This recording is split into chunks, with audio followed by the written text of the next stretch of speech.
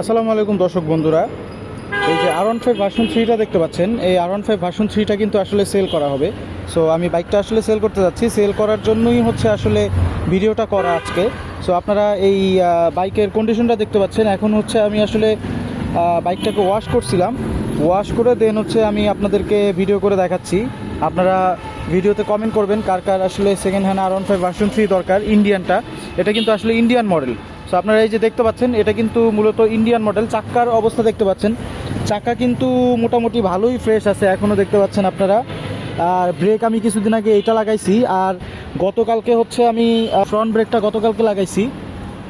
আর কি বলবো, সামনে টায়ারের অবস্থা দেখতেছেন, এই হচ্ছে সামনে টায়ারের অবস্থা। আমি যদি এই পাশটা থেকে একটু দেখাই তাহলে এই পাশটা থেকেও দেখতে পারবেন। এই যে আমি একটা কার্বন স্টিকার করাইছিলাম, এই শুধু মাঝখানের এই যে অংশটা দেখতে পাচ্ছেন, এই যে মাঝখানের যে অংশটা, এই অংশটাকে কিন্তু আমি আসলে কার্বন স্টিকার করাইছিলাম।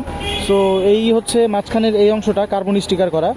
আর এই যে ট্যাঙ্ক প্যাড লাগাইছিলাম, এটা একটু উঠে যাচ্ছে, এটা কোনো ব্যাপার না, আপনারা যে নেবেন সে আবার লাগাই নেবেন। সো সিট কাভার লাগাইছিলাম, অনেক প্রিমিয়াম টাইপের একটা সিট কাভার আপনারা দেখতে পাচ্ছেন। দেখেন, এই হচ্ছে বিষয়। হচ্ছে এটা কিন্তু টেল করা আছে, দেখেন আপনারা।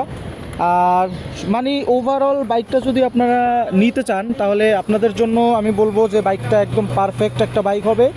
আপনারা যদি নিতে চান তাহলে অবশ্যই আমার সাথে কন্ট্যাক্ট করবেন।